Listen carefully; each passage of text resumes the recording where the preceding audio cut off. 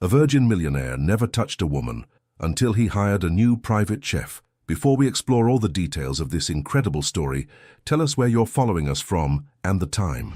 Subscribe to the channel so you don't miss a thing, and let's embark on this journey together. The notification sound on her phone always made Heloisa Grant's heart skip, never knowing if it would bring salvation or another small defeat. She wiped flour-covered hands on her apron, glancing at the cracked screen, while Alexander hummed softly at the kitchen table, arranging his toy cars in perfect lines. The email subject read, "Private chef position, immediate start, $4,500 a week." Her breath caught, $4,500 in 1 week. That was more than she made in 2 months juggling delivery apps, freelance catering gigs, and online cooking classes that barely paid her rent in their cramped Oakland apartment. "Mommy, the red car doesn't like being touched by the blue one," Alexander said without looking up, his small fingers precise as he adjusted the spacing between vehicles. "I know, baby. The red car needs its space," she replied automatically, her eyes scanning the email. Asher Lawn, corporate attorney, Pacific Heights mansion. Dietary restrictions, none. Special requirements, silence during meal preparation and service. Silence. She almost laughed. In their world, silence was a luxury they couldn't afford. Between Alexander's stimming sounds, her constant phone calls with clients, and the neighbor's dog that barked every morning at 6:30 sharp. The next morning, Heloisa stood before the imposing steel gates of 2847 Broadway Street, her hand trembling slightly as she pressed the intercom button. Alexander gripped her free hand, his SpongeBob backpack weighing heavily on his small shoulders. "Yes?" The voice was clipped, professional. "Heloisa Grant, I'm here for the chef position interview." The gates opened silently. The mansion was everything she'd expected and more. Floor-to-ceiling windows, marble floors that clicked under her worn sneakers, and an overwhelming sense of space that made her feel smaller than she already was. Alexander pressed closer to her side, overwhelmed by the echoing footsteps. "Ms. Grant." She turned toward the voice and forgot how to breathe. Asher Lawn stood at the top of a curved staircase, descending with the controlled precision of someone who measured every movement. Tall, with dark hair perfectly styled and wearing a suit that probably cost more than her car, he looked like he'd stepped out of a corporate magazine. But it was his eyes that stopped her, grey, intense, and carrying a weight that seemed at odds with his polished exterior. "Mr. Lawn," she managed, her voice steadier than she felt. His gaze dropped to Alexander, who had begun his subtle rocking motion, a sign he was processing the new environment. For a moment something flickered across Asher's face, not irritation as she'd expected, but curiosity. "The position requires discretion and punctuality," he said, his attention returning to her. "No phone calls during work hours, no music, no unnecessary conversation." "I understand. Do you?" His eyes narrowed slightly. "Because most people say they understand silence until they're actually required to maintain it." Heloisa felt heat rise in her cheeks, but she kept her voice level. "Mr. Lawn, I've spent the last 5 years learning that sometimes the most important conversations happen without words at all." Something shifted in his expression, so brief she might have imagined it. "The kitchen is this way." He turned without waiting for a response. As they walked through the spotless hallways, Alexander's hand slipped from hers, his attention caught by the geometric patterns in the marble floor. She watched nervously as he knelt down, tracing the lines with his finger. "Alexander," she whispered, "we need to—" "Let him," Asher said quietly, stopping to observe. "The pattern is Carrara marble, imported from Italy. The veining follows a mathematical sequence." Alexander looked up at him with wide eyes. "It's beautiful."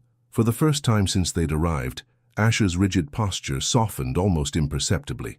"Yes, it is." In the kitchen, a chef's dream with professional-grade equipment and endless counter space, Asher outlined her responsibilities with military precision. Breakfast at 7 sharp, lunch at noon, dinner at 6:30, no deviations. "Can you handle these requirements?" he asked.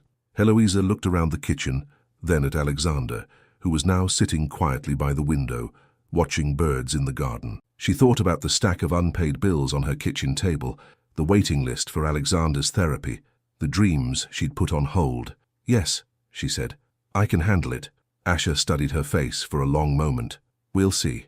As he turned to leave, Alexander spoke up unexpectedly. "Mr. Asher, do you like pancakes?" Asher paused at the doorway, his back still turned. When he finally looked over his shoulder, his expression was unreadable. "I don't know," he said quietly. "I've never had them made with love." And in that moment, Heloisa realized this job would change everything, though she had no idea how much. She never imagined that silence could feel so loud. Heloisa arrived at the mansion at 6:15 a.m., her hands still shaking from the 3 cups of coffee she'd needed to function after Alexander's restless night. He'd had nightmares about the big house with too many echoes, and she'd spent most of the evening reassuring him that the nice man with the sad eyes wouldn't hurt them. The kitchen felt different in the early morning light, less intimidating, more like a sanctuary waiting to come alive. She tied her hair back, washed her hands, and began the ritual that had always calmed her: cooking pancakes. Alexander had asked about pancakes, and something in Asher's response had haunted her all night. "I've never had them made with love." What kind of life had this man lived that love was absent from something as simple as breakfast? She mixed the batter by hand, the way her grandmother had taught her, folding the ingredients with gentle strokes instead of aggressive whisking. Love was in the patience, Grandma Rose used to say. Love was in not rushing. "You're early." The voice made her jump, batter splattering across the pristine marble counter. Asher stood in the doorway, fully dressed in a charcoal suit despite the early hour, his tie perfectly knotted, but his hair was slightly mussed, and there were shadows under his eyes that makeup couldn't hide. "I wanted to get familiar with the equipment," she said, quickly wiping up the mess. "I hope that's okay."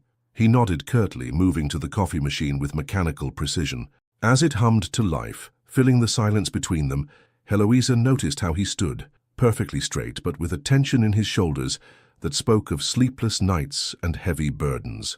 "Alexander's not with you today." The question surprised her. She'd expected him to be relieved by her son's absence, not curious. "He's at my neighbor's. She watches him sometimes when I work early shifts." She poured the first pancake into the heated pan, watching it bubble and form. "He wanted to come. He keeps talking about the marble patterns man."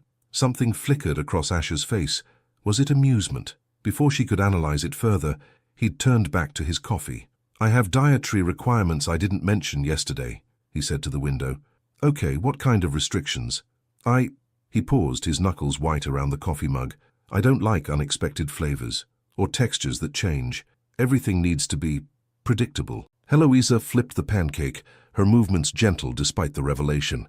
Control. This man needed control the way Alexander needed routine, the way she needed hope. "What about comfort?" she asked quietly. "Do you like foods that make you feel safe?" The question hung in the air between them like morning mist. Asher turned from the window, studying her with those intense gray eyes that seemed to see too much. "I don't remember the last time food made me feel anything," he admitted, his voice barely above a whisper. Her heart clenched. She slid the golden pancake onto a plate, added a small pat of butter that melted immediately, and drizzled just a touch of maple syrup. Not too much, nothing overwhelming. "Try this," she said, placing it in front of him. He stared at the plate, as if it might bite him. "It's just breakfast, Ms. Grant." "No," she said, meeting his gaze directly. "It's not. It's someone caring enough to get up early, to choose ingredients thoughtfully, to cook something just for you. That's not just breakfast. That's what love looks like when it's made of flour and eggs." Asher picked up the fork with the same caution he might use to handle a dangerous legal document. He cut a small piece, brought it to his mouth, and chewed slowly. The change in his expression was subtle, a slight widening of his eyes, a barely perceptible softening of his jaw. He took another bite, then another, eating with the focused attention he probably gave to million-dollar contracts. "It's," he struggled for words, "different." "Different how?" "Warm. Not just temperature warm, but—" He gestured helplessly. "I can taste that someone cared about making it." Heloisa felt tears prick her eyes. When was the last time someone had recognized her care? When was the last time it had mattered this much? Her phone buzzed against the counter. A text from her neighbor. "Alexander's asking when you're coming home. Says the marble patterns man might be lonely." She showed Asher the message, watching his face carefully. "He's worried about you. He doesn't even know me." Kids like Alexander see things differently. They see feelings before faces, emotions before expectations. She began cleaning up, her movements efficient, but not rushed. "He thinks you're lonely, because you are." The words hung between them, too honest and too true. Asher finished the last bite of pancake, set down his fork with the same precision he did everything else, and looked at her directly. "Ms. Grant?" "Yes?" "Tomorrow morning." Could you make 2 pancakes? Her breath caught. 2? 1 for Alexander. If he'd like to come early sometimes, before school. The kindness in his voice, hesitant and unpracticed, nearly undid her. This man who lived in silence and control was making space for a 5-year-old boy who saw marble patterns as beautiful and lonely hearts as worth healing. He would love that, she whispered. Asher nodded once, straightened his tie, and moved toward the door. At the threshold he paused. Ms. Grant, the pancake was... He searched for the right word. Perfect. As his footsteps faded down the hallway, Heloisa pressed her hands to her chest, feeling her heart race in a way that had nothing to do with caffeine. This job was definitely going to change everything. The marble patterns didn't look the same when you had someone to share them with. Alexander knelt on the pristine floor of Asher's foyer, his small finger tracing the veining in the stone, while Heloisa prepared breakfast in the kitchen. It was their 3rd morning together, and already a rhythm had formed, one that none of them had expected. The lines go like rivers, Alexander said softly, his voice carrying in the quiet mansion, but rivers that forgot how to move. From the kitchen doorway, Asher watched the boy with an expression Heloisa couldn't quite read. He'd been doing that more often, lingering, observing, as if trying to decode something he'd never encountered before. Alexander, she called gently, come wash your hands. Breakfast is ready. But instead of running to her as usual, Alexander looked up at Asher with those impossibly earnest 5-year-old eyes. Mr. Asher, do you want to see how the patterns connect? They make a story. Heloisa held her breath. In the past 3 days, she'd watched Asher exist in his controlled bubble, precise, distant, safe. But Alexander had a way of asking questions that adults had forgotten how to answer. To her amazement, Asher lowered himself to the floor, his expensive suit be damned, and crouched beside her son. Show me, he said simply. Alexander's face lit up like Christmas morning. See, this line starts here, and it goes all the way to that wall, but it gets interrupted by this dark spot. That's where the story gets sad, but then his finger moved delicately across the marble. It starts again over here, and it's even prettier because it learned how to go around the sad part. Asher stared at the patterns with new eyes, seeing what the child saw, not just expensive Italian marble, but narrative etched in stone. You think the marble tells stories? Asher asked. Everything tells stories, Alexander replied matter-of-factly. Even people, especially people. Your story is in your eyes, Mr. Asher. It's a little broken, but it's trying to fix itself. The words hit the kitchen like a thunderclap. Heloisa nearly dropped the spatula, and Asher went completely still, his face a mask of carefully controlled emotion. Alexander, she said quickly, let's not... It's okay, Asher said quietly, never taking his eyes off the boy. He's not wrong. The vulnerability in his voice made her chest tight. This man who commanded courtrooms and negotiated million-dollar deals was undone by the honest observation of a 5-year-old. They ate breakfast together at the kitchen island, another first. Alexander chatted about school, about his friend Marcus who collected bottle caps, about the pigeon he'd named Gerald who lived outside their apartment window. Asher listened with the same intensity he probably gave to legal briefs, asking questions that showed he was genuinely hearing every word. Do you have friends, Mr. Asher? Alexander asked, syrup sticky on his chin. I have colleagues, Asher replied carefully. That's not the same thing. Alexander's wisdom was delivered with the casualness of discussing the weather. Friends are people who like your broken parts too. Heloisa felt her heart stop. How did her son understand these things? How did he see so clearly what adults spent years learning to hide? Asher set down his fork, his hands trembling almost imperceptibly. I don't think I know how to have friends, Alexander. It's easy, Alexander said, reaching over to pat Asher's hand with his small, sticky one. You just have to stop being scared of being happy. The silence that followed was deafening. Asher stared at the small hand on his, and for a moment, Heloisa thought she saw his eyes glisten. I should go, Asher said abruptly, standing so quickly his chair scraped against the floor. I have court at 9, but as he headed for the door, Alexander called after him. Mr. Asher, can I tell you a secret? Asher paused, his back to them. Sometimes when I'm scared, I count things, like marble patterns or birds or the freckles on Mummy's nose. It helps me remember that even when things feel too big, there are still small, good things everywhere. Asher turned slowly, his composure cracking like ice in spring. What do you count when you're scared? Alexander asked. The question hung in the air, simple and profound. Asher looked at Alexander, then at Heloisa, then back at the marble floor where they'd traced stories together. "I don't," he admitted. "I just stop feeling anything." "That sounds lonely," Alexander said softly. "It is." The admission was barely a whisper, but it filled the entire kitchen. Heloisa felt tears prick her eyes as she watched this powerful man crumble and rebuild himself in the span of a heartbeat. "Well," Alexander said, climbing down from his stool, "now you have us to count, me and Mommy. We're two good things right here." He walked over to Asher, and without asking permission, wrapped his small arms around the man's legs in a fierce hug. For a moment, Asher stood frozen, his hands hovering uncertainly above the boy's head. Then, as if remembering how, he gently placed his hands on Alexander's shoulders. "Thank you," he whispered. When Alexander finally let go, he looked up at Asher with a serious expression. "Tomorrow, can you help me count the marble patterns? I think I missed some yesterday." Asher's smile was small but genuine, the first real smile Heloisa had seen from him. "Yes," he said, "I'd like that very much."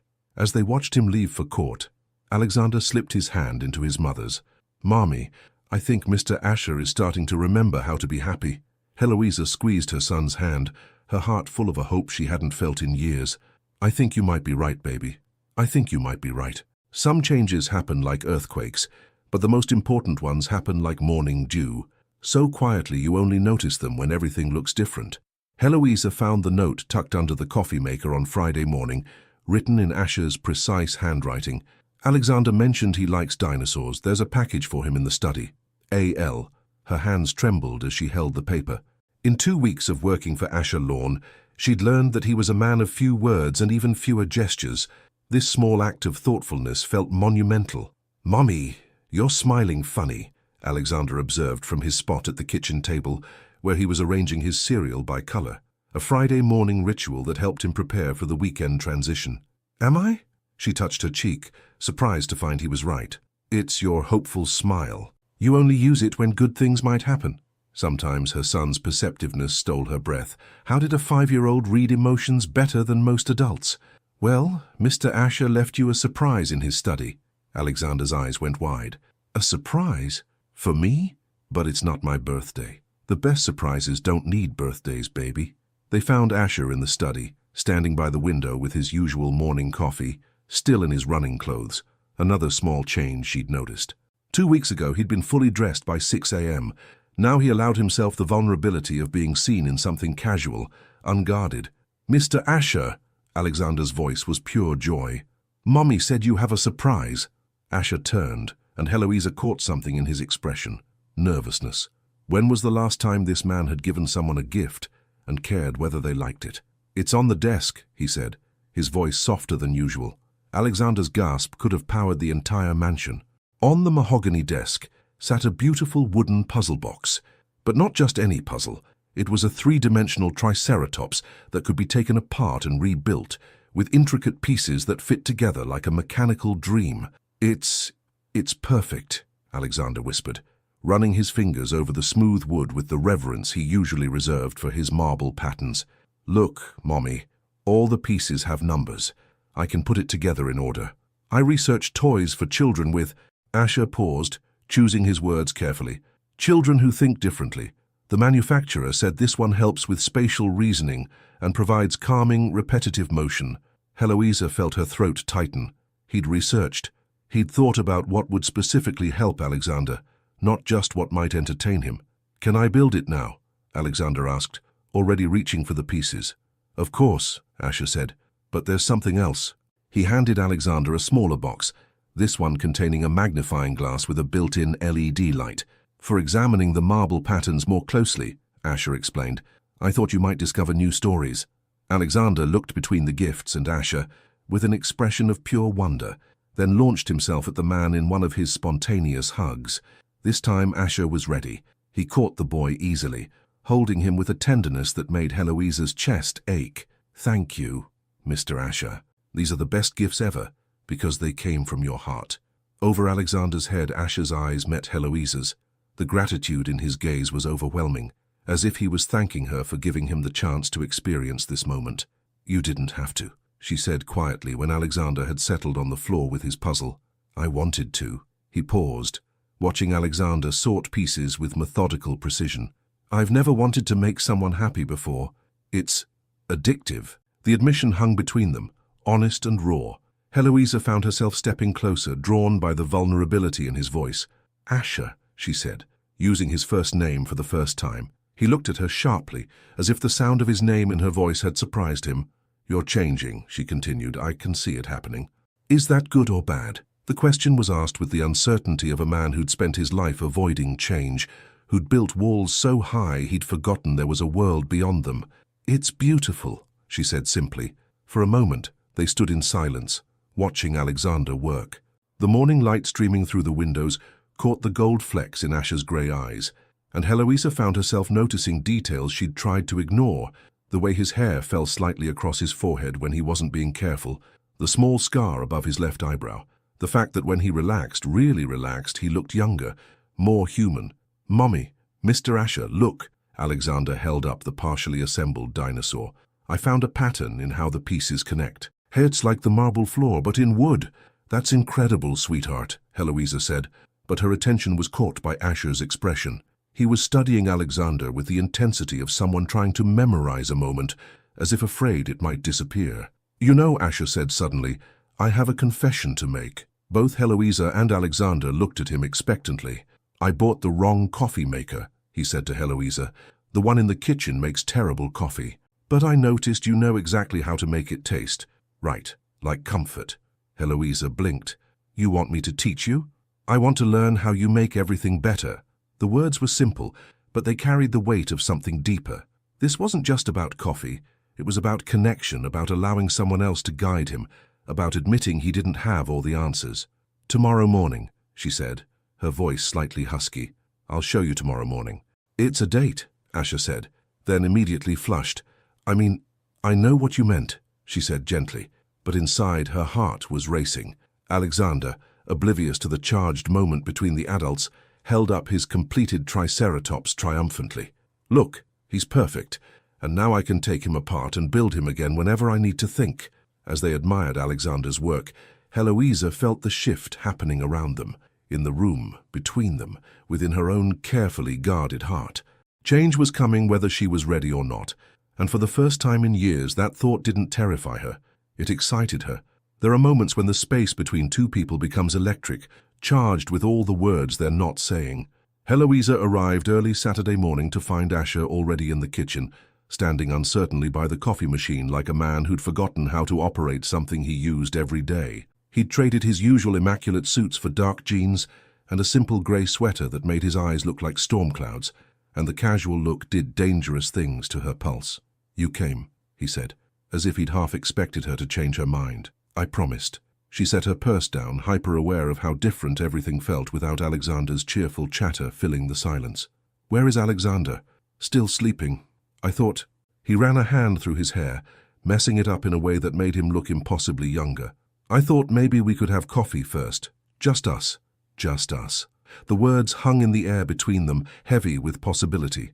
"Okay," she said softly. "Show me what you've been doing wrong." He moved to the machine with his usual precision, measuring coffee grounds with the same attention he probably gave to legal contracts. But there was a tension in his shoulders, a carefulness that had nothing to do with coffee and everything to do with her proximity. "I follow the manual exactly," he said, pressing buttons in sequence. "But it always tastes empty," she finished. He looked at her sharply. "How did you know?" "Because that's how you've been living." The words slipped out before she could stop them. Honest and raw, following manuals, checking boxes, doing everything right but feeling nothing. Asher went very still, his hand frozen over the coffee machine. "Heloisa, I'm sorry," she said quickly. "I didn't mean to—" "No." His voice was quiet but firm. "You're right. Everything in my life has been—" He searched for the word. "Mechanical, safe, predictable. And now?" He turned to face her fully, and the intensity in his grey eyes made her breath catch. "Now everything feels dangerous. Because of you. Because of Alexander. Because for the first time in my life, I want something I can't control." The confession hit her like a physical force. She moved closer, ostensibly to check his coffee setup, but really because the pull between them was becoming impossible to resist. "What do you want?" she whispered. "This." His hand gestured between them. "Whatever this is, I want to learn how to make coffee taste like home. I want to wake up and have somewhere to belong. I want—" He stopped, his jaw clenching. "What else do you want, Asher?" "I want to touch you," he said, his voice barely audible. "I want to know what it feels like to hold someone who actually wants to be held, but I don't know how. I don't know anything about this." The vulnerability in his admission made her heart race. This powerful man who commanded courtrooms was terrified of the simple act of human connection. "Then let me teach you," she said, reaching for his hands. "Coffee first. Everything else, we'll figure out together." His hands were warm, larger than hers, with long fingers that trembled slightly at her touch. She guided them to the coffee grounds, showing him how to measure by feel rather than strict measurement. "It's not about being exact," she said, acutely aware of how close they were standing. "It's about paying attention to what feels right." "I've never trusted feelings before," he admitted. "What do you trust? Facts, evidence, things I can prove." She smiled, turning in his arms so her back was against his chest, his hands still covering hers as they worked. "Then let's start with facts. Fact 1, I'm here. Fact 2, you asked me to be here. Fact 3, what's fact 3? His breath was warm against her ear, sending shivers down her spine. "You're not as alone as you think you are." For a moment they stood like that, her leaning back against his solid warmth, his arms encircling her as they prepared coffee together. It was intimate in a way that had nothing to do with passion and everything to do with trust. "Now the water," she murmured, guiding his hand to the kettle. "Not boiling, just before boiling, like anticipation." "Anticipation," he repeated, and something in his voice made her turn in his arms. They were face to face now, barely inches apart. His eyes searched hers with an intensity that made her feel naked, seen, known. "Heloisa," he said, her name a question and a prayer. "Yes? I think I'm falling in love with you, and it terrifies me." The words hit her like lightning. Not the confession itself. She'd felt the pull between them growing stronger every day, but the raw honesty with which he delivered it. "Why does it terrify you?" she asked, reaching up to touch his face. "Because I don't know how to love someone without destroying it. Because I don't know how to be vulnerable without being weak. Because—" his voice broke slightly. "Because what if you see who I really am and decide I'm not worth the effort?" Her heart shattered for this brilliant, broken man who thought love was something he had to earn. "Asher," she said firmly, "do you trust me?" "Yes." "Then trust this. Love isn't about being perfect. It's about being real. And you, exactly as you are right now, scared and uncertain and trying so hard to be good, you are absolutely worth the effort." Before he could respond, before either of them could think too hard about what they were doing, she rose on her tiptoes and kissed him. It was soft, tentative, a question rather than a demand. For a moment, he froze, and she wondered if she'd pushed too far, too fast. Then his arms tightened around her, and he kissed her back with the desperate intensity of a man who'd been drowning and suddenly found air. When they finally broke apart, both breathing hard, the coffee machine was still humming in the background, forgotten. "That," Asher said, his forehead resting against hers, "was better than any coffee I've ever had." She laughed, the sound bright and hopeful in the morning kitchen. "Just wait until you try the coffee I'm about to make you." "Heloisa." "I think I'm ready to learn how to trust feelings." And as the morning sun streamed through the windows, warming the space where they stood wrapped in each other's arms, she knew that everything was about to change. The question was, were they brave enough to let it? Love has a way of making you forget that the world outside still exists until it comes crashing through your door. The video had been posted for 3 hours before Heloisa saw it. 3 hours of her life being dissected by strangers on the internet while she'd been lost in the bubble of Asher's arms, teaching him how to make French toast for Alexander's Saturday breakfast. "Mommy, why are you looking at your phone like that?" Alexander asked, syrup dripping from his fork as he paused mid-bite. Her hands were shaking. The caption read, "Karen can't control her autistic kid. Meltdown at Giuseppe's." The video, grainy but clear enough, showed Alexander's breakdown at the Italian restaurant 3 days ago when the fire alarm had unexpectedly gone off during their dinner. 15 seconds of her son in distress, her own panicked attempts to comfort him, and the judgmental stares of other diners, all packaged for viral consumption. "Heloisa?" Asher's voice came from behind her, warm with concern. "What's wrong?" She couldn't speak, couldn't breathe. The comments were already pouring in, each one a knife to her heart. This is why some people shouldn't have kids. Poor kid needs real help, not a mother who enables him. Autism isn't an excuse for bad parenting. Let me see. Asher moved to her side, his presence steady and grounding. She handed him the phone with trembling fingers. She watched his face change as he read, the tenderness from moments before hardening into something cold and sharp. This was the Asher Lorne who destroyed opposing counsel in courtrooms. "This is garbage," he said flatly. "Complete garbage created by people who have no understanding of—" "They're not wrong." The words tumbled out of her, broken and defeated.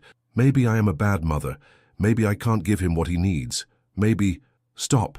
Asher set the phone down and gripped her shoulders gently but firmly. "Look at me, Eloisa. Look at me."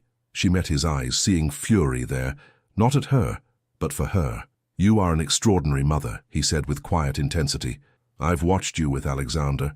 I've seen how you anticipate his needs, how you create safety for him in a world that doesn't understand.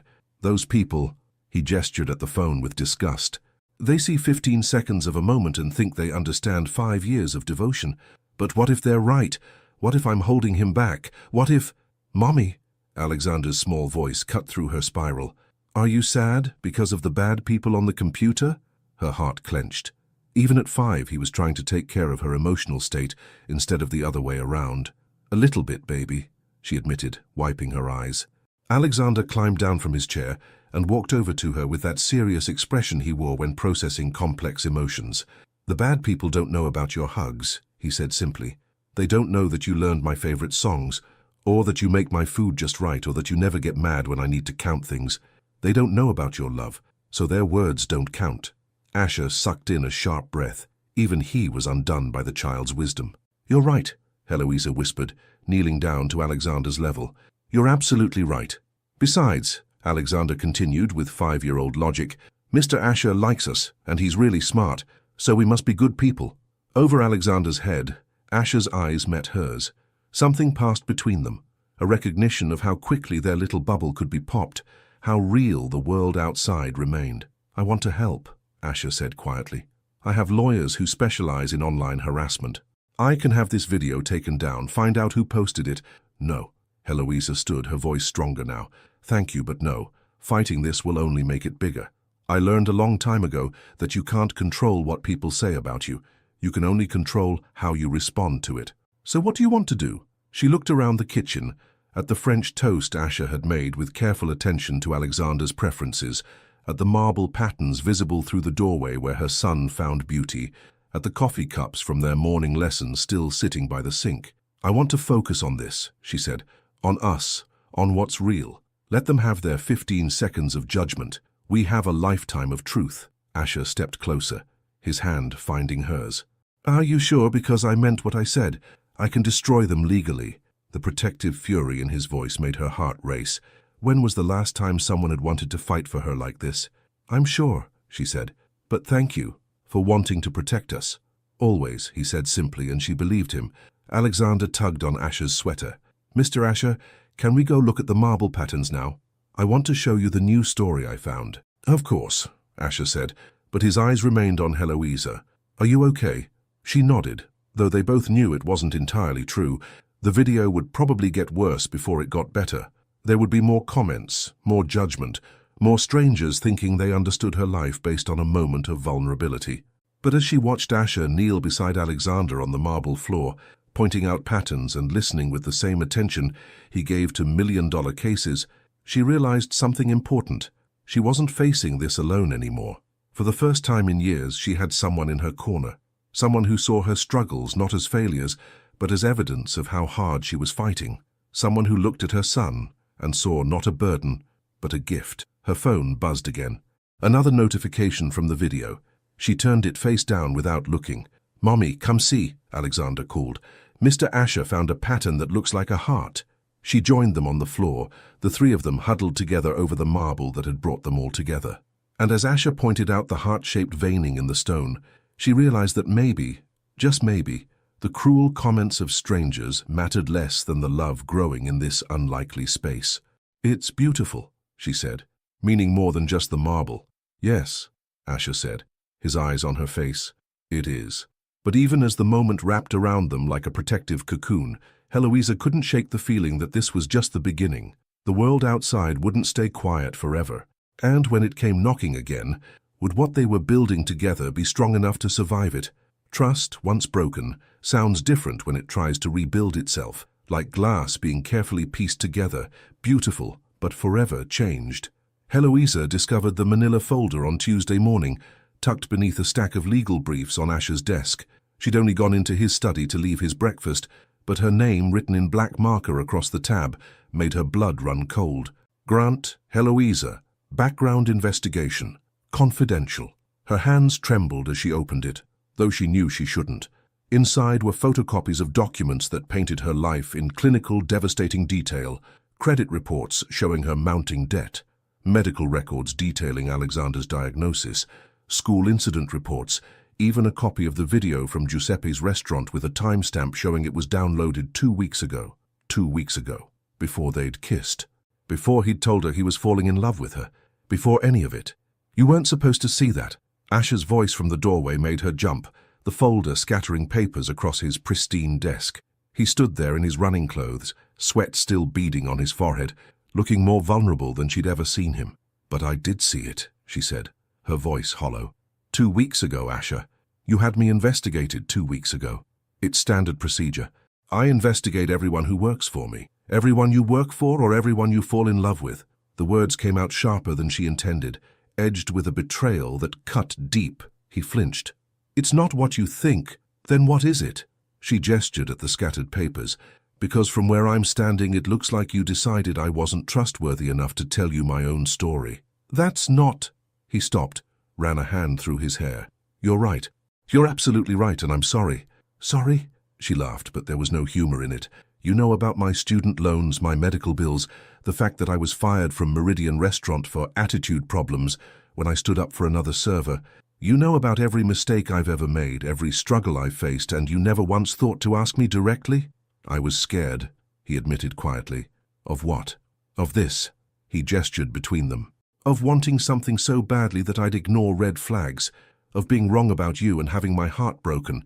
Of being right about you and not deserving it. His honesty hit her like a physical blow, but the hurt was too fresh for it to soften the edges of her anger. So instead of trusting me, you decided to spy on me. It wasn't spying. What would you call it? Silence stretched between them, heavy with all the things they'd shared and all the things he'd already known before she'd chosen to share them. Where's Alexander? She asked suddenly, realizing the house was too quiet. Upstairs, playing with his dinosaur puzzle. He's fine. No, he's not fine. None of us are fine. She started gathering the papers, her movements sharp and precise. Because you know what the worst part is, Asher? It's not that you investigated me. It's that you let me believe you were learning to trust. I am learning to trust. No, you're not. You're learning to control. There's a difference. She slammed the folder shut. Trust means believing in someone without needing proof. Control means gathering all the evidence first, so you never have to be vulnerable. The accusation hung in the air between them like a challenge. Asher's face went pale, then flushed with something that might have been anger or shame. You think this is about control, isn't it? The marble patterns Alexander loves so much. You counted every single one before you bought this house, didn't you? You know exactly how many steps it takes to get from your bedroom to the kitchen. You have backup plans for your backup plans. And when something unexpected happened, when you started to feel something real, you couldn't handle not knowing everything about it. Each word hit its mark, and she watched him crumble a little more with each truth. You're not wrong, he said finally. I do need to know, I do need to control, because the alternative... What? What's the alternative, Asher? Chaos, he whispered. Pain. Losing everything that matters because I wasn't prepared. The broken way he said it made her chest ache, but she couldn't let sympathy override the principle at stake. But that's what love is, she said softly. It's chaos. It's not knowing. It's choosing to trust someone even when you can't control the outcome. I don't know how to do that. Then maybe you're not ready for this. For us. The words tasted like ashes in her mouth, but they needed to be said. She walked toward the door, then paused without turning around. The woman in that file, the one with the debt and the struggles and the attitude problems, she's real, but she's not complete. You missed the parts that don't show up on background checks. You missed the woman who sings to her son when he can't sleep, who saves every penny for his therapy, who makes magic out of simple ingredients because love is the only seasoning that really matters. Heloisa, please. I need time to think, she said, Alexander and I won't be coming tomorrow. She made it to the kitchen before the tears started. Alexander found her there 5 minutes later, sitting at the island with her head in her hands. "Mommy, are you sad about the marble man again?" She looked up at her son, her beautiful, perceptive son, who saw hearts in stone patterns and hope in broken places. "A little bit, baby. Did he forget how to count good things?" Out of the mouths of babes. "Yeah, I think he did." Alexander climbed onto the stool beside her, his small hand patting her arm with the same gentleness she'd used to comfort him through 1,000 difficult moments. "Maybe we should teach him again," he said. "Sometimes people need lots of practice before they remember how to be happy." "Maybe," she whispered, though she wasn't sure if some lessons could be taught twice. As they left the mansion that morning, Alexander waved goodbye to the marble patterns in the foyer. But Heloisa didn't look back. Some foundations, once cracked, took more than love to repair. They took time, they took work, and most of all, they took trust. Real trust, the kind that couldn't be built from files and investigations. The question was Asher capable of learning that kind of trust, or would his need for control always stand between them and the love they might have had? Sometimes the bravest thing you can do is admit you've been living your life afraid. Asher sat in Dr. Camden Rivera's office for the 3rd time in 2 weeks, staring at the same motivational poster he'd been avoiding since his first session. Courage isn't the absence of fear, it's feeling the fear and choosing to act anyway. "You've been quiet today," Dr. Rivera observed, her pen poised over her notepad but not writing. "Usually by now you've given me a detailed analysis of what you think is wrong and a 5-point plan to fix it." "I don't have a plan this time," Asher admitted, his voice hoarse from days of barely speaking. "I've tried everything I know how to do, and I still lost them." "Tell me what you've tried." "I had the video taken down. Legally, quietly, no drama. I set up a college fund for Alexander. I researched the best autism specialists in the country and arranged consultations. I even—" He stopped, embarrassed. "Even what?" "I had my assistant create a presentation. 47 slides detailing all the ways I could make their lives better.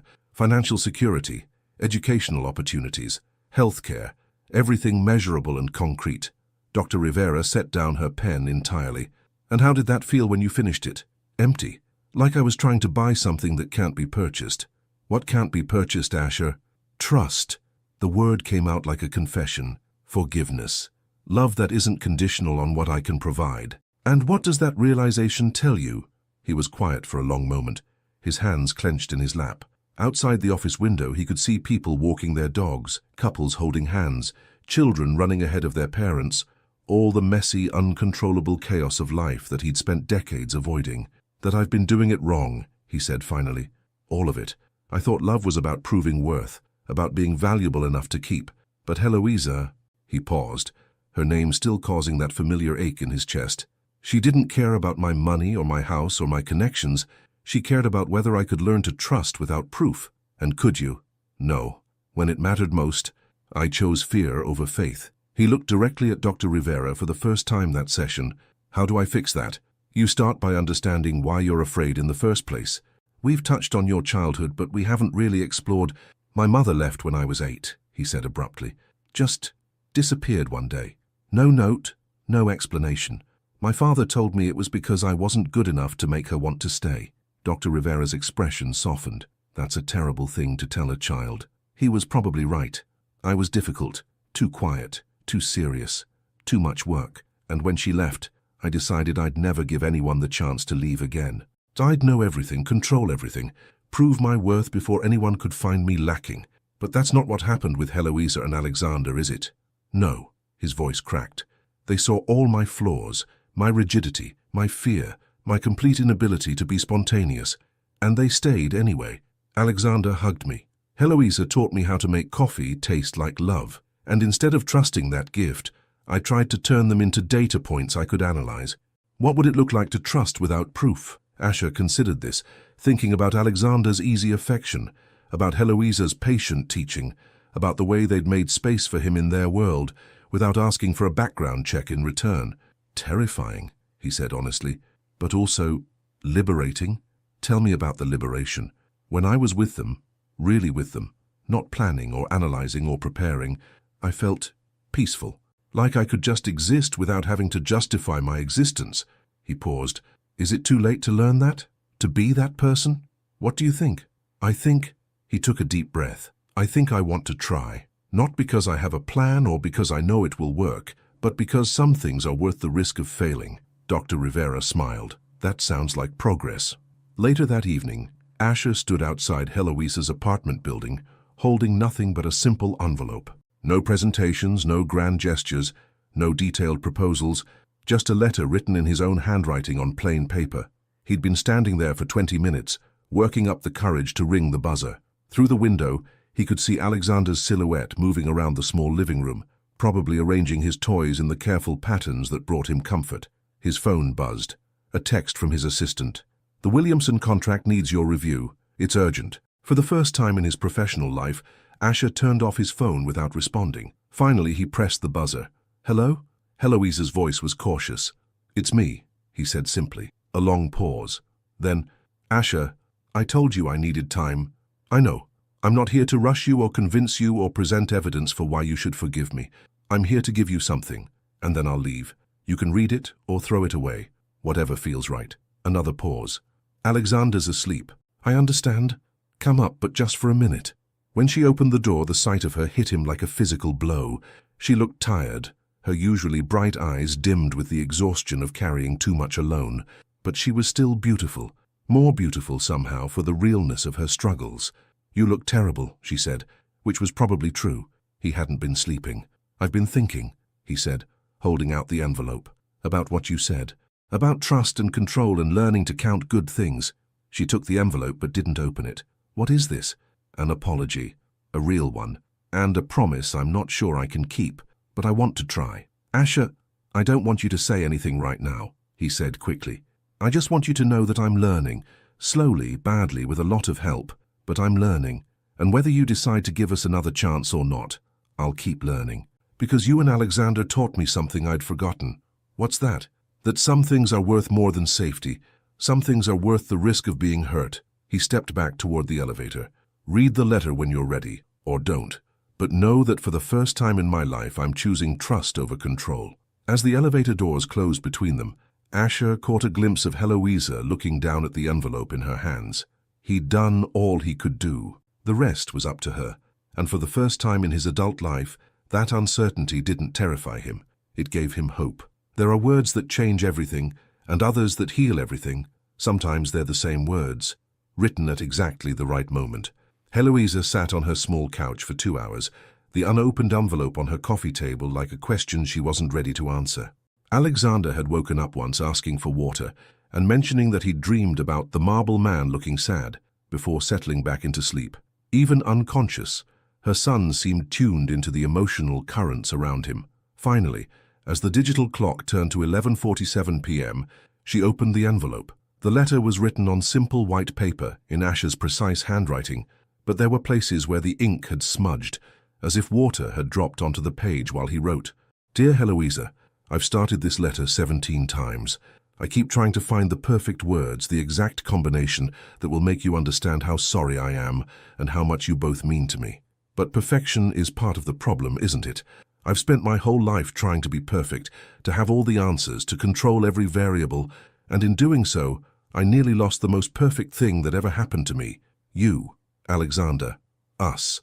I want to tell you why I had you investigated, but I realize now that the why doesn't matter as much as the what it cost us, what it revealed about my inability to trust, what it said about how I view love as something to be earned rather than freely given. But I'll tell you anyway because you deserve honesty even when it makes me look terrible. My mother left when I was 8 years old. One morning she was there making breakfast, humming while she poured orange juice, and by afternoon she was gone. My father told me it was my fault, that I was too quiet, too difficult, too much work. He said if I'd been a better son, maybe she would have wanted to stay. I believed him.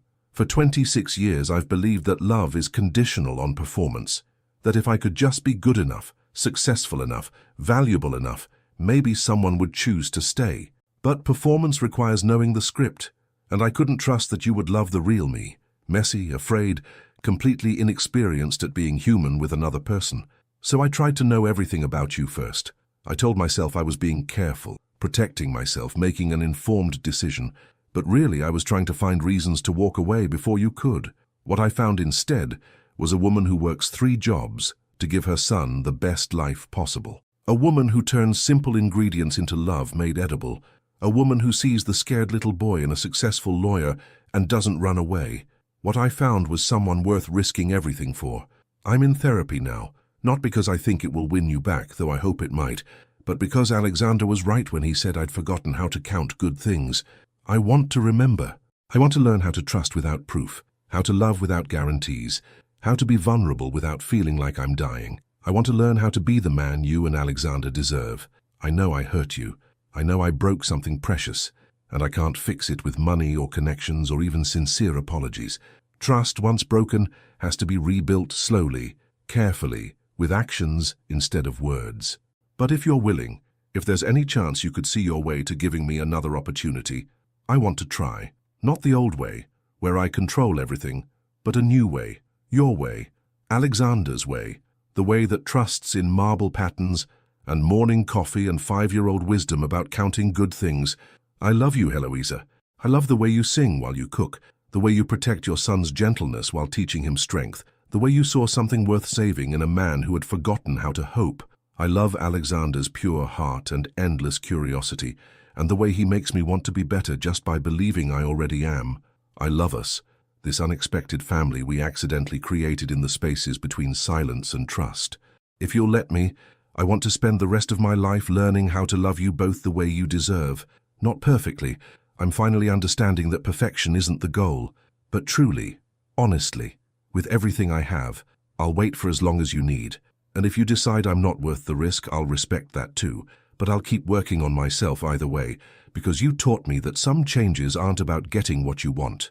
They're about becoming who you're meant to be. Thank you for showing me what love looks like when it's real. Always yours, if you'll have me. Asher P.S. Alexander left his favorite toy car at the house, the red one that doesn't like being touched by the blue one. I've been keeping it safe on my desk, next to the photo of you both that I took the morning we made pancakes together, just in case.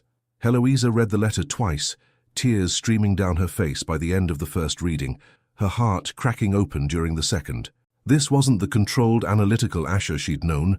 This was raw, honest, broken, and beautiful. She thought about the scared 8-year-old boy who'd been told his mother's leaving was his fault. She thought about the man who'd spent decades building walls so high he'd forgotten there was a world beyond them.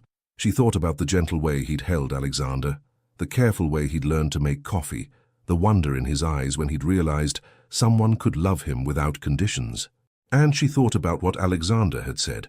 Sometimes people need lots of practice before they remember how to be happy. Maybe forgiveness wasn't about erasing the hurt. Maybe it was about choosing to believe in someone's capacity to grow. Maybe love wasn't about finding someone perfect. Maybe it was about finding someone willing to become better. Her phone was in her hand before she'd consciously decided to pick it up. Her fingers found his number in her contacts, the one she'd never deleted despite everything. It rang once, twice. Heloisa.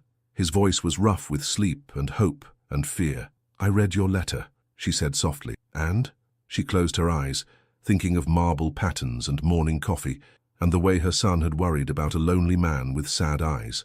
And I think, she said, her voice steady despite her racing heart, that some foundations can be rebuilt. If both people are willing to do the work. The silence on the other end of the line was so complete, she wondered if the call had dropped. Asher, I'm here, he whispered, and she could hear the tears in his voice. I'm here, and I'm willing. More than willing, I'm grateful. There are conditions, she said, because there had to be boundaries. There had to be trust, rebuilt step by step. Whatever you need. No more investigations, no more trying to control the outcome. If you want to know something about me or Alexander, you ask. If you're scared, you tell me. If you don't understand something, you say so. Deal? Deal. And therapy continues, for both of us, separately and together. This kind of love, the real kind, it takes work. I wouldn't have it any other way. Heloisa smiled, feeling something she'd thought was broken beginning to heal. Alexander's been asking about his red car, she said. It's waiting for him, just like I've been waiting for you. Then maybe, she said, her voice soft with new possibility, it's time for all of us to come home. Love doesn't always arrive with fireworks. Sometimes it arrives with a 5-year-old boy reclaiming his favorite toy car and a man finally learning that home isn't a place, it's the people who choose to stay. Alexander spotted his red car the moment they walked through the front door, but instead of running to it immediately, he stopped and looked up at Asher with those impossibly wise eyes. "Did you take good care of him?" he asked seriously. "I kept him right on my desk," Asher replied, crouching down to Alexander's level.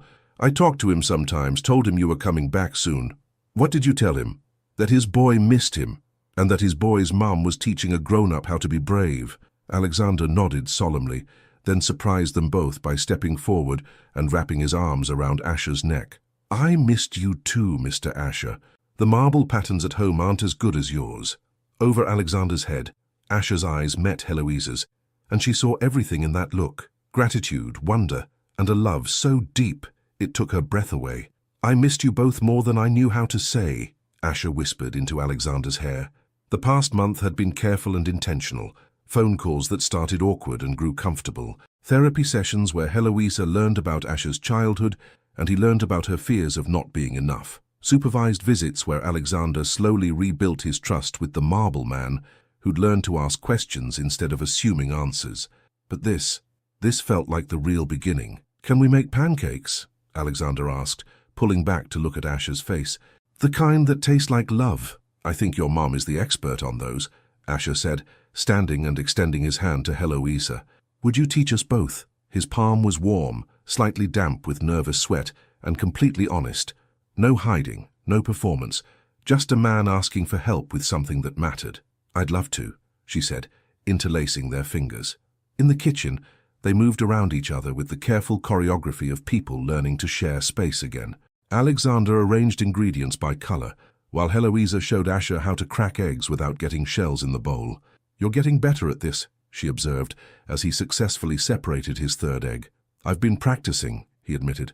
"YouTube videos. I wanted to be able to help this time instead of just watching." "You were always helping," she said softly. "You just didn't realize it." "How?" "By trying. By caring enough to be bad at something in front of us. By letting Alexander teach you about marble patterns and letting me teach you about coffee. Love isn't about being perfect. It's about being willing to learn." Alexander looked up from his ingredient arrangement. "Are you two going to get married?" The question hit the kitchen like a gentle bomb. Heloisa nearly dropped her whisk, and Asher went completely still. "Alexander," she started, "that's not really... I mean, you love each other, right?" Alexander continued with 5-year-old logic. "And we're like a family now. Families live together and take care of each other and make pancakes on Saturday mornings." Asher cleared his throat. "What would you think about that, Alexander? If your mom and I got married someday, would I still be able to count the marble patterns? Every day if you want to. And would you still learn how to make food that tastes like hugs?" "I'd keep learning for the rest of my life." Alexander nodded seriously. "Then I think it's a good idea. But you have to ask Mom properly. With flowers and a speech about feelings." Heloisa laughed, the sound bright and full of joy. "Alexander Grant, you are too smart for your own good." "I know," he said matter-of-factly. "But smart is good for keeping families together." They ate their pancakes at the kitchen island, the morning sun streaming through the windows and catching the gold flecks in Asher's eyes. Alexander chatted about school, about his friend Marcus, who'd started collecting rocks instead of bottle caps, about how he wanted to show the class pictures of the marble patterns because art is everywhere if you know how to look. "Speaking of looking," Asher said, setting down his fork with the careful precision that was just part of who he was, "I have something to show you both." He led them to the study, where his massive mahogany desk had been transformed. Gone were the neat stacks of legal briefs and the intimidating computer setup. Instead, the desk was covered with children's books, art supplies, and a large magnifying glass next to a collection of interesting rocks. "I thought," Asher said, his voice uncertain, "maybe this could be Alexander's space too, for homework or looking at patterns or just being here." Alexander's eyes went wide. "My own desk? In your office?" "Our office," Asher corrected gently, "if you want it to be." Alexander ran to the desk, running his hands over the art supplies with the same reverence he'd shown the dinosaur puzzle. "This is the best surprise ever, even better than the car. And this," Asher said, turning to Heloisa, "is for you." He handed her a small wrapped package. Inside was a simple silver bracelet with 3 small charms, a tiny whisk, a marble, and a heart. "The whisk for the way you turn ingredients into love," he explained, his voice soft. "The marble for the patterns that brought us together, and the heart for," he swallowed hard, "for how you taught me that mine still works." Heloisa felt tears prick her eyes as he fastened the bracelet around her wrist with hands that barely trembled. "Asher," she whispered. "I know this is all new," he said quickly. "I know we're still learning how to be us, but I want you to know that this is my promise. Not perfect love, but real love. Not controlled love, but chosen love. Every day for as long as you'll have me." She rose on her tiptoes and kissed him, soft and sure and full of all the words she couldn't find. When they broke apart, Alexander was watching them with a satisfied smile. "Now that," he said, "looked like a family." Later that evening, as Alexander played quietly with his red car on the marble patterns, Heloisa and Asher sat together on the couch, her feet in his lap, both of them watching the most beautiful chaos they'd ever seen. "Are you happy?" she asked. "I'm terrified," he said honestly. "I'm completely, utterly terrified that I'll mess this up somehow." "That's not what I asked." He considered this, looking around the room, at Alexander humming softly as he traced patterns in the stone, at the coffee cups from their morning lesson still sitting on the table, at the woman whose love had taught him that safety wasn't the absence of fear, but the presence of something worth fighting for. "Yes," he said finally, "I'm happy. For the first time in my life, I'm genuinely, completely, heart-racingly happy." "Good," she said, settling deeper into his side, "because this is just the beginning." Outside, the sun was setting over Pacific Heights, painting the marble floors in shades of gold and rose. And inside, three people who'd found each other against all odds were learning that sometimes the most beautiful patterns aren't planned. They're discovered, one small choice at a time. "Mommy, Mr. Asher," Alexander called from the floor. "Come see what I found. The marble has a pattern that looks like infinity. Do you know what that means?" Asher and Heloisa exchanged a look, then joined Alexander on the floor, the three of them tracing endless loops in Italian stone. "It means forever," Alexander said with the wisdom of someone who understood that the best things in life weren't measured in time, but in love. "Forever," Asher repeated, his arm around Heloisa, his free hand helping Alexander trace the pattern, and for the first time in his carefully controlled life, forever didn't sound scary. It sounded like home. 2 years later, some stories end with grand declarations, but the most beautiful ones end with ordinary Tuesday mornings that feel extraordinary because of the love that fills them. Heloisa woke to the sound of muffled laughter coming from downstairs, a sound that still made her heart skip, even after 2 years of marriage and mornings that began with chaos instead of silence. She found them in the kitchen, Asher, still in his pajamas and reading glasses, helping 7-year-old Alexander measure flour for pancakes, while simultaneously explaining why the ratio mattered for optimal fluffiness. Alexander, who now wore his hair longer and had discovered the joy of asking "but why" about everything, was listening with the intense concentration he'd once reserved for marble patterns. "Good morning, my loves," she said, padding barefoot across the kitchen to kiss Asher's cheek and ruffle Alexander's hair. "Mommy," Alexander beamed, "Dad's teaching me about gluten development. Did you know that when you mix flour and water, tiny chains form that make bubbles possible?" "Dad." The word still made Asher's face light up like Christmas morning, even though Alexander had been using it naturally for over a year now, ever since the adoption papers were finalized, and Asher had cried harder than anyone at the courthouse ceremony. "I did know that," Heloisa said, settling onto a stool to watch her husband and son work together. "Your dad is very smart about food science." "Among other things," Asher said, catching her eye with that small smile that was hers alone. "Though I'm still learning about the emotional science of cooking." The kitchen had changed since those first tentative mornings. Alexander's artwork covered the refrigerator, and his collection of interesting rocks lined the windowsill. Asher's once pristine marble counters bore the gentle scars of daily family life, ring stains from coffee mugs, flour fingerprints, the small burn mark from the time Alexander had tried to surprise them with breakfast in bed and had learned why 7-year-olds shouldn't operate toasters unsupervised. "Mrs. Chen said I can do my geology presentation on our marble patterns," Alexander announced, flipping a pancake with the careful precision he'd inherited from both his parents. "She said it's unusual for a kid my age to understand geological formation, but I told her I had good teachers." Heloisa and Asher exchanged a look of quiet pride. Alexander had thrived in the past 2 years. His new school specialized in gifted children with learning differences, and his confidence had bloomed like a flower finally getting enough sunlight. Speaking of which, Asher said, setting a plate of perfectly golden pancakes in front of Heloisa. Dr. Rivera called yesterday. She wanted to know if we'd be interested in speaking to other families about learning to build trust after difficult beginnings. What did you tell her? That I'd talk to my wife about it.